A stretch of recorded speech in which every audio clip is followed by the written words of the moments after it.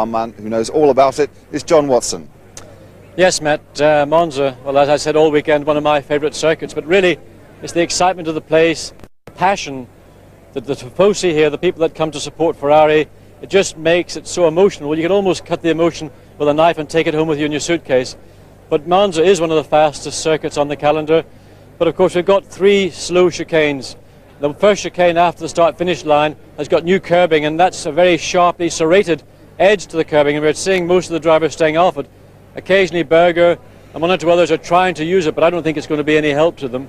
Then the next chicane, that wasp will go away, is the Campari chicane. Again, a very slow left and right, and we again saw Berger trying to shortcut it, again not really gaining anything by doing it. That leads into the 2 wonderful Lesmo corners that I think are the most demanding corners on the Monza circuit. Then final chicane is the Ascari, and that is really a proper chicane. It's a fast 4th gear corner, and we have seen excitement on the exit of the corner. Alesi and Nakajima yesterday got really sideways on the exit, so they've got to watch out for that. And then it's the final run down to the Parabolica, this long right-hand corner that leads onto the pit straight. About 120 miles an hour entering it, but it's a very, very long exit, and at the very end of the corner they're doing about 170 miles an hour, so that's some corner. And then it's the charge down to the start-finish line, and they're crossing that at about 190 miles an hour. A fabulous circuit, a great weekend, and for me, well, it's Italy, it's pasta, passion, wonderful. Thanks very much, John. We'll see you and your Wasp later on. Well, as we've said earlier, Monza is a hotbed of gossip at this time of the season, and one of the big talking points is whether Ferrari will name their new driver. To get the latest on that and the rest of the pit lane news, let's join Andrew Marriott. Yes, Matt, well, continued speculation about who Cesare Fiorio will sign to drive alongside Alan Prost for the 1991 season. A few new names coming to the hat, but no concrete news coming out of the team at all. Concrete news, though, from the Benetton team, 2 more years of sponsorship from Autopolis, and the new circuit now open, and Nelson Piquet has been driving there. And what was it like? It's a beautiful circuit, very, very safe, very, very nice to drive, full of interesting parts, up and downs, and I like very much. I really could not believe the work being done, not only the circuit, but also the facilities, everything, you know. We was there for 2 days. In the pre-opening, it was around 20,000 young Japanese, and they have facility. They have a lot of small go-karts for everybody go around the circuit. They have a look, and unbelievable, very good organization and fantastic work done. Do you think it will be the home of the Japanese Grand Prix in the future? I don't know. It's a matter of organization. I think they deserve, because they did something that is nowhere in the world. 2 ex-Ferrari drivers I spotted in the paddock, Rene Arnoux, but first Stefan Johansson. I talked to him about his future plans. Well, I've been spending most of this year just really investigating on what the possibilities are in the different categories of racing, you know, as to what to do in my career next, really. I spent 2 weeks in America to watch the races there just before I came here, and Group C and also Formula 1, and I guess I've got to make a decision within about the next 2 weeks which direction I should go, really. You've got offers on the table, have you? Yes, I've got a few opportunities, yeah. Well, we hope to see you back in Formula 1. I hope so too. Rene Arnoux, the first time in the Monza paddock, not driving for, well, over 10 years. How's it feel? I stay well. I am very happy to stay there, to see the car, my friend, each driver, and I think I want to drive if I have a good possibility, but now in Formula 1 we have only 8 cars for winning, and if I come back it's for winning, and I think for me is maybe I change, I drive maybe in Group C, or I have some position in IndyCar also, but I don't know exactly what I decide for the moment. Because a lot of us thought that you would definitely be driving in sports cars this year, and we thought maybe you'd be racing even next weekend in Canada for Peugeot, but that's not happened, has it? I spoke with Peugeot at the beginning of this year, and Peugeot decided to take Rosberg for driving the car. It depends next year. I don't know for the second car. We have always small possibility. I am interesting to drive with Peugeot because it's a very good team in the sport cars. But I have also a very nice, very interesting possibility to drive in IndyCar, but wait and see. I don't know exactly my decision. The news for the Tyrrell team that joining the board of directors is their designer, Dr. Harvey Postlethwaite, an ex-Ferrari employee, incidentally, and he is the only non-member of the Tyrrell family on the board. Congratulations. And this is a new face we may see in Formula One next year, Paul Belmondo, son of the actor. He may be driving a second Ocella. Oliver Griard there, giving him plenty of information about the car. It's very much a heartthrob in France, Paul Belmondo. Backfield. Well, that's the latest news. Now, with a circuit as old and historic as Monza, there are, of course, many tragedies to recall. It's the place where many great drivers perished. One of them meant a lot to Andrew Marriott. A small tribute to a great man. 20 years ago this weekend, one of the world's greatest drivers in my book, Jochen Rindt, crashed here behind me at the Parabolica and perished as a result of the accident.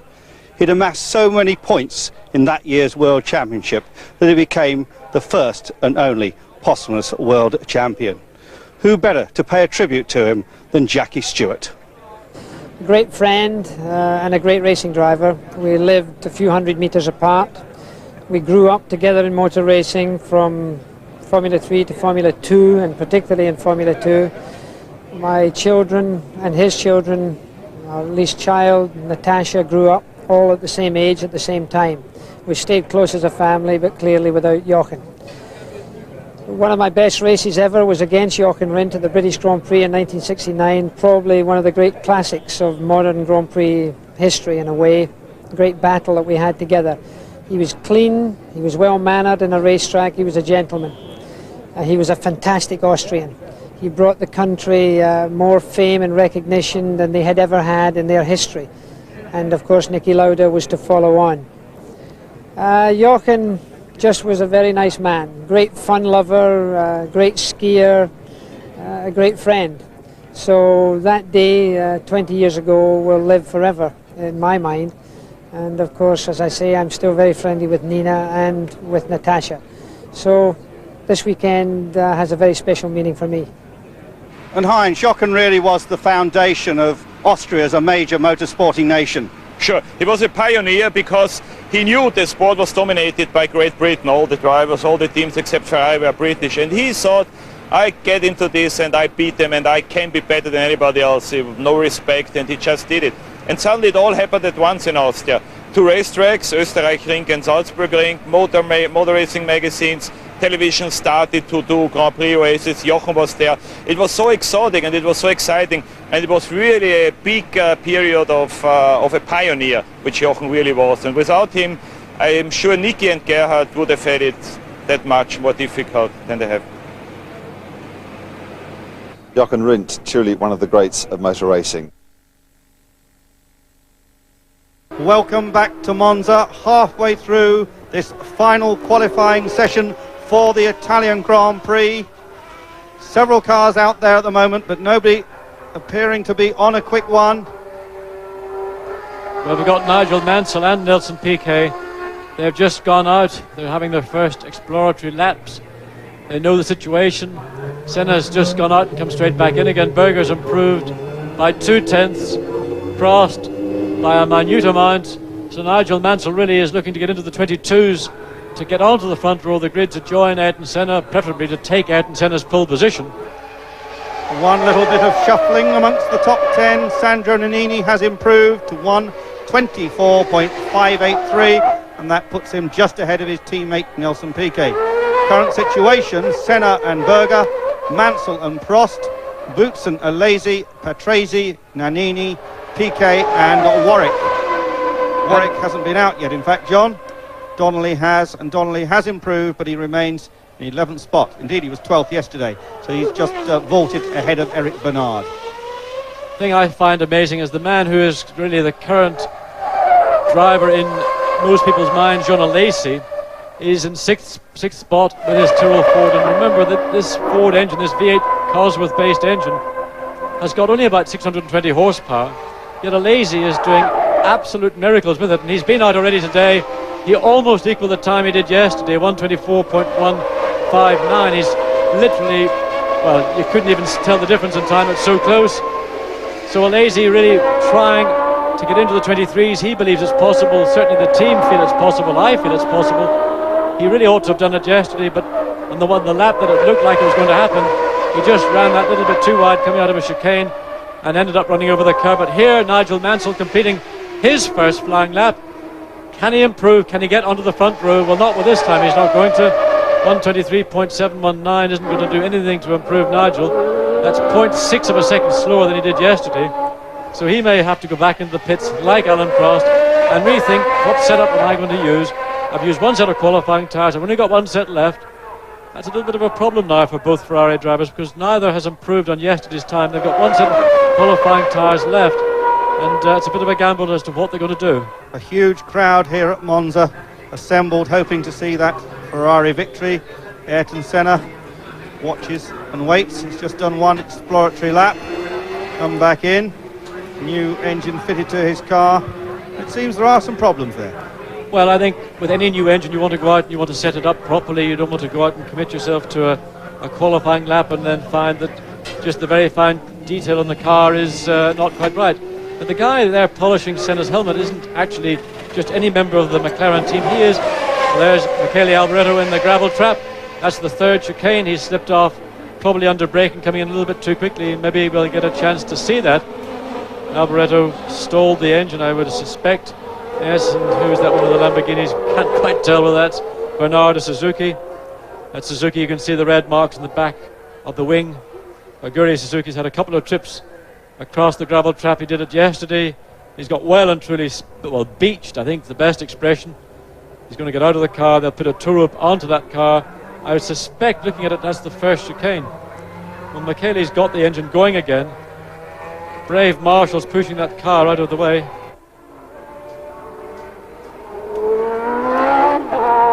Pulling Suzuki's, or attempting to pull Suzuki's car out of that gravel trap. It's a fairly frequently visited gravel trap, and of course the last thing you want to do is leave a car. Well, here we're going to watch it.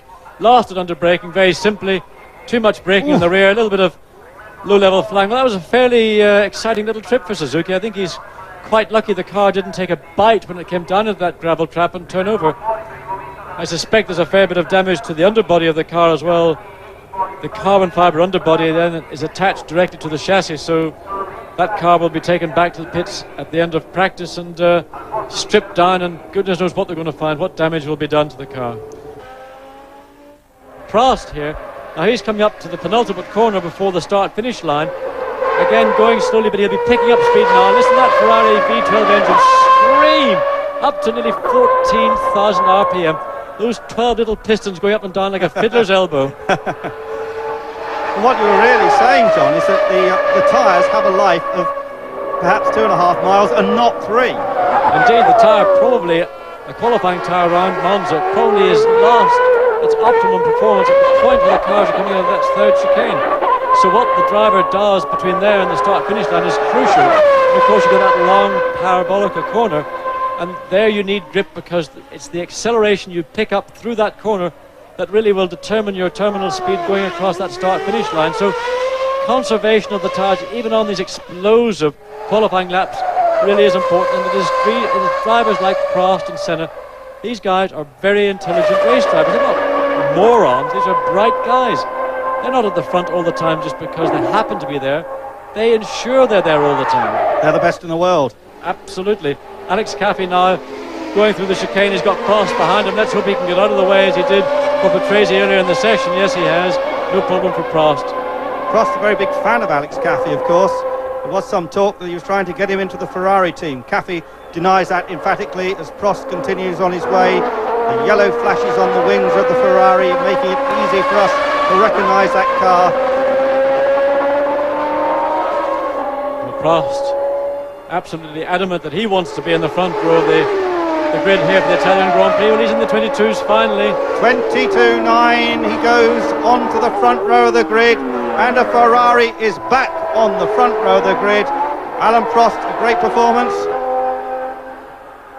So a sensational lap from Alan Prost puts him on the pole, just that fraction quicker than Ayrton Senna. The crowd have just heard about it over the PA system, and they have risen to their feet as a man and cheered Monza loud. Suddenly they seem to love Alan Prost. It's amazing, really, in Monza. That's what makes the place so exciting. Just the people, the power, the tifosi, they're so emotional. Alan Prost may not be their favourite Ferrari driver, but because suddenly he's on pole, well, they've just taken him to their hearts. They love the man now. But look at John Alesi, look at him climbing all over those curves. First chicane, Alesi having a second bite of his qualifying cherry, and now we might get a chance to see what this little man is made of. And I mean, he drives with such a free and open spirit. It's just, I think it's fantastic to watch. It's so exciting. He uses the curve, he uses every part of the racetrack. His Tyrrell Ford, of course, will be thoroughly gone over tonight when he gets back to the pits. Alesi on the qualifying tyre, that's a brave move. I know, I think it was Dalmas or Tarquini, I couldn't quite see, moved out of his way to go through there without wavering, without lifting. That's 160 mile an hour through the second Lesmo. And a corner where really, with the light aerodynamic download the Tyrrell is running, it's real fingertip stuff. Yes, in fact, he just threw up a puff of dust. Oh, he did it again! That's exactly what he did yesterday, and he's had to back out of the throttle. That was almost worse than what he did yesterday. Alesi really absolutely on the limit. On the limit, or even over it. Jean Alesi from Avignon. And that really has spoiled his lap, John. Yes, it did. And look at how the car sliding all over the place, squirming as he got the power on. When he's lost so much time, of course, 24.2, it's 0.7 of a second slower than his first qualifying attempt. The guy is just trying so hard. He lost it all on the third chicane. That spoiled that lap. But I have to say, I'm not convinced it would have been as quick as his first qualifying lap. Let's see it again, coming through the third chicane. He lets the car run too wide, climbing up that, and look, suddenly the car snaps to the right. Now that barrier on the right gets awfully close to the car at the speed Alesi's travelling at.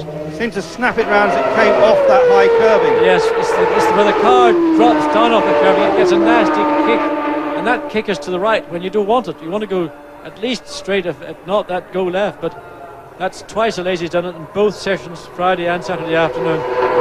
Berger hoping to resurrect something from his second set of qualifying tyres. He's got a clear road, and Gerhardt giving it the full 14 grand, 14,000 RPM qualifying chip in his V10 Honda engine. That's an electronic tuning device, let's say, which basically allows more fuel to go into the engine. It's not something they would use in the race because with the increase in revs, well, Berger having to contend with another car in the way. Fortunately, it's not too close to him. He might get away with what he has. He's got clear of the circuit, clear of the corner. And that looks reasonable for Berger because he was out of the chicane well under the minute. So now it's just down to this final corner. Can Gerhard Berger get back onto the front row of the grid to join his teammate Ayrton Senna? Coming out of the parabolica, up into sixth gear, 170, 180, 190 miles an hour as he crosses the start-finish line, 22.936. Yes, he does, and he bumps Senna off the front row of the grid in the process. And he is only 1,000th of a second slower than Alan Prost. And Senna, with just 5 minutes to go, this could be his first flying lap. He has not yet done a flying lap. Well, Senna left his pole-winning time from Friday until quite late in the session. He had problems this morning. They had to change the engine in his race car. So now Senna waiting till the end, till everybody else has gone and done their qualifying laps. Hopefully he will have a clear lap. And the style which he's been developing this year on these qualifying laps is much less frantic than it used to be. Watching him years ago, particularly in the days of the turbo, it was actually really frightening. Some of the things, some of the antics, the angles, the attack he put into his driving really took my breath away. But now he's evolved this extremely effective, smooth style of qualifying, and 57.5 seconds at the exit is good. So maybe Berger is going to steal that pole position away from Alan Prost. I think he's going to be back on the front row anyway, but we're going to have to wait another 12-15 seconds till he gets around Parabolica and see. But so far the lap looks absolutely immaculate. In fact, I have to say it looked slow, but that to me is an indication that this is a good lap. 22. What did I tell you? 22.533. Senna back on pole, and didn't it look slow? And now there's only 2 minutes remaining. It's unlikely if anyone has an answer to that, and that will be the 49th pole position. Look at the glum look on the Ferrari faces. All their glory and all their thunder has been snatched away by that man Ayrton Senna. In the dying minutes of qualifying, he's done it again. 49th pole. He's another miracle maker. I tell you, the guy is fantastic. Well, final qualifying now over. Let's look at the full list of times. Ayrton Senna on the pole, a sensational 1:22.533. Alongside him, Alan Prost, 1:22.935. Third fastest, Gerhard Berger, 1:22.936. Alongside Berger, Nigel Mansell didn't improve, 1:23.141. And then that sensational time from Jean Alesi, 1:23.526 in the Tyrrell Ford, and alongside him Thierry Boutsen, 1:23.984. Seventh fastest Riccardo Patrese, 1:24.253, and then Sandro Nannini, 1:24.583, followed by his Benetton teammate Nelson Piquet, 1:24.699. Rounding out the top 10, Mauricio Gugelmin, improving in the Leighton House, 1:25.556. Then we've got three Lamborghini powered cars, Donnelly, Warwick and Bernard, 14th Satoru Nakajima, 15th Martini, 16th Capelli, 17th Modena, those three Italians together. Then Suzuki, Pirro with Alio 20th, 21st Alex Caffi, 22nd Alboreto, then it's Brouillard, Dalmas, De Cesaris and Larini. They're the qualifiers. The four that didn't make it, the go-home brigade, Tarquini, Barilla, David Brabham and Bertrand Gasher.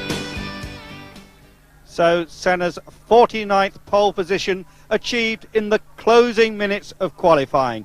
Achieved that way because all day he had been hampered by various engine problems. But down in the press room, Senna was telling the assembled masses what his race strategy would be for Sunday's race. Would he be going for a victory or would he just be cruising?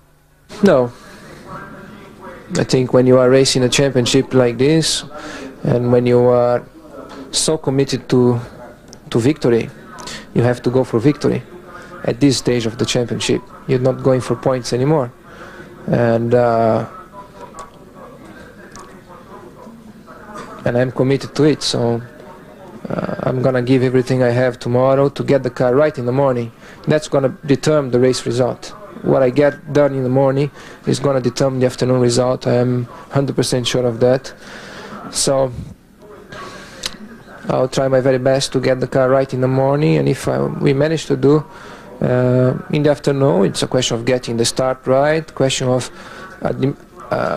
using your tires properly, your brakes, the engine, the pace in the race to be a good average, not a peak pace with quick and then going down, really have a good average. Careful with overtaking maneuvers here with back markers, and see what the others can do, of course, in the meantime, what pace they can go, and if they have no reliability problems too. And of course my fight is direct link with Prost, and my race strategy is direct link with his chance of doing well. So it's gonna be a good game tomorrow. Well, that's very nearly all we have time for on day 2 of Eurosport's coverage of the Italian Grand Prix here at Monza. Before we go, I'd just like to ask John Watson whether he thinks after a performance like today's there's any chance that Ayrton Senna will be caught. Thanks, Matt. Well, of course, there's always a chance he'll be caught, but Ayrton Senna's always been very impressive at Monza, although over the last 3 years he hasn't won the race. In '87 in the Lotus he nearly got there but didn't make it. '88 he had that collision with Schlesser in the Williams down to the first chicane, and then last year of course he blew up in the middle of the Parabolica corner. So he is looking to 1990 to set to rights those 3 lean years. But of course Alan Prost is never ever to be underestimated, and the Ferrari at Monza, well, there's everything